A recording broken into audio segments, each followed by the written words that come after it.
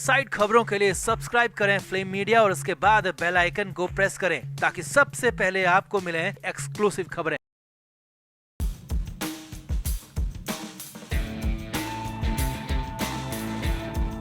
अभी तक तो मुंबई में संजय राउत की गिरफ्तारी के बाद उद्धव ठाकरे और शरद पवार संभले भी नहीं थे कि अब ईडी के नए एक्शन से एक और बड़ा झटका लग सकता है। जी हां, मुंबई में एक बार फिर से ईडी के नाम से कोहराम मच गया है। अनिल देशमुख, नवाब मलिक, संजय पांडे और संजय राउत के बाद अब एक और नेता के ऑर्थर रोड जेल में जाने की तैयारी शुरू हो चुकी है। दरअसल ईडी की तरफ से लगातार मनी लॉन्ड्रिंग को लेकर एक्शन जारी है। इसी सिलसिले में ईडी ने हाल ही में संजय राउत को भी गिरफ्तार किया और पहले भी 3 बड़े नेताओं को ईडी गिरफ्तार कर चुकी है। ये सभी फिलहाल ऑर्थर रोड जेल में बंद हैं और कयास लगाए जा रहे हैं कि जिस नेता पर अब ईडी हाथ डालने जा रही है उन्हें भी ऑर्थर रोड जेल में ही बंद किया जाएगा।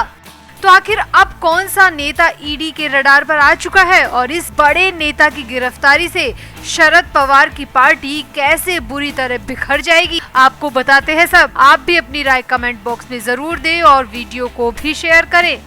तो आगे बढ़ने से पहले आपको बता दें कि हमारे व्लॉग चैनल नीतू की पलटन का दूसरा व्लॉग आ गया है जिसमें नए लेवल का मजा है। वीडियो का लिंक नीचे डिस्क्रिप्शन में दिया गया है, वहां जाकर जरूर से जरूर चेकआउट करें। सपोर्ट करने के लिए लाइक और सब्सक्राइब करें, अपनी फैमिली और फ्रेंड्स के साथ भी शेयर करें।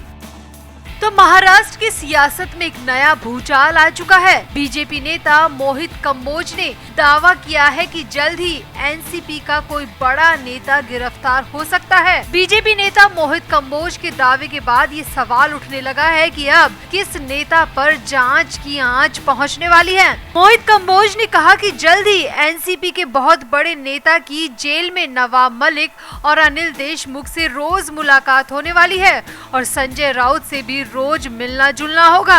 अब ये मोहित कंबोज ने पूरी तरह तंज के अंदाज में कहा है, लेकिन मोहित कंबोज के इस दावे के बाद महाराष्ट्र की राजनीति में एक बार फिर से भूचाल आ चुका है। दरअसल बीजेपी के नेता मोहित कंबोज ने सिलसिलेवार ट्वीट किए। उनके इन ट्वीट के बाद महाराष्ट्र की सियासत में हलचल मच गई। मोहित कंबोज का दावा है कि जल्द ही एनसीपी का कोई बड़ा नेता गिरफ्तार हो सकता है। उनके इस ट्वीट के बाद उस नेता के नाम के कयास लगने शुरू हो चुके हैं। मोहित कंबोज ने अपने एक ट्वीट में महाराष्ट्र विकास अघाड़ी के जेल गए 4 नेताओं के नाम लिखे और 5वें नेता का नाम पूछा। अब इस ट्वीट के कुछ देर बाद में लोग 5वें नाम को लेकर नए खुलासे करने लगे। अधिकांश लोगों ने 2 ही नाम लिखे, पहला अजित पवार और दूसरा प्रफुल्ल पटेल। आपको बता दें कि इन दोनों नेताओं में से सबसे ज्यादा चर्चा अजित पवार को लेकर हो रही है, क्योंकि उससे पहले के एक ट्वीट में मोहित कंबोज ने लिखा था कि सिंचाई घोटाले की जांच फिर से होनी चाहिए, जिसे आईपीएस परमबीर सिंह ने 2019 में बंद कर दिया था। मोहित कंबोज ने दावा किया है कि जल्द ही वो एक प्रेस कॉन्फ्रेंस करके उस 5वें नेता के नाम का खुलासा करेंगे, जो कि अब बहुत जल्द जेल जाने वाला है। मोहित कंबोज ने अपने ट्वीट में 5 पॉइंट्स लिखे, जिस पर उस नेता के भ्रष्टाचार का खुलासा वो प्रेस कॉन्फ्रेंस में करेंगे। मोहित कंबोज ने लिखा, भारत और विदेश में संपत्ति की सूची, बेनामी कंपनियां, गर्लफ्रेंड्स के नाम पर प्रॉपर्टीज, विभिन्न विभागों के मंत्री के रूप में भ्रष्टाचार, पारिवारिक आय और संपत्ति की सूची, सब कुछ मैं जल्द सामने लाऊंगा और फिर ईडी इस नेता को भी उठाकर जेल में डाल देगी।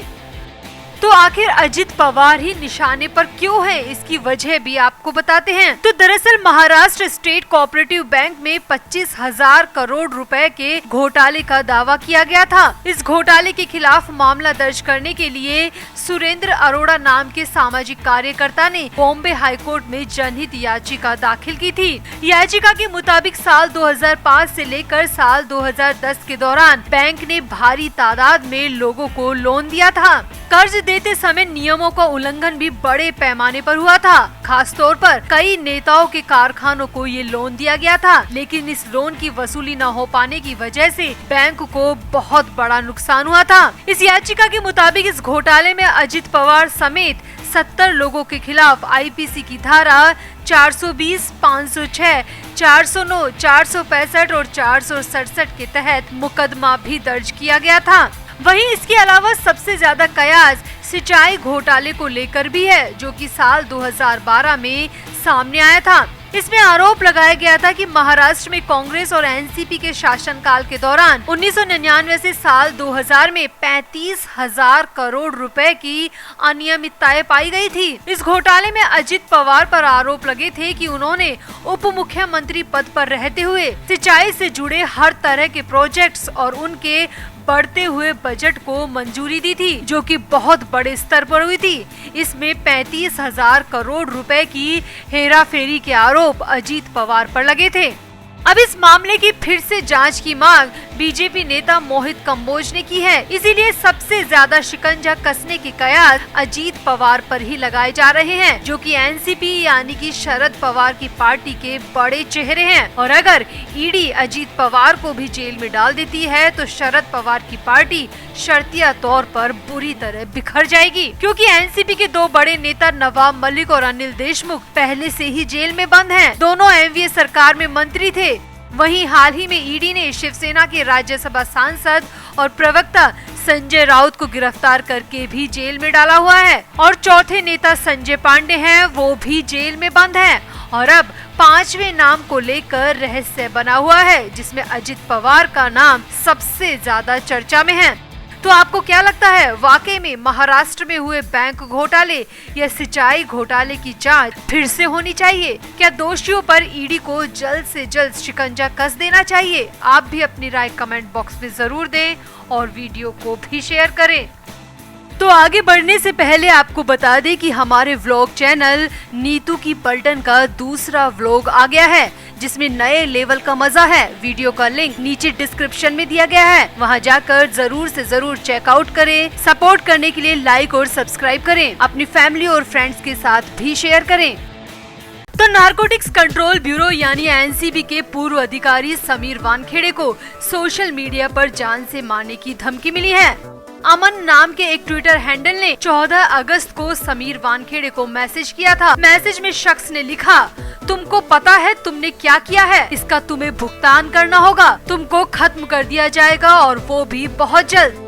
अब धमकी मिलने के बाद समीर वानखेड़े ने गोरेगांव पुलिस से संपर्क किया और धमकी देने वाले शख्स के खिलाफ प्राथमिकी दर्ज करा दी।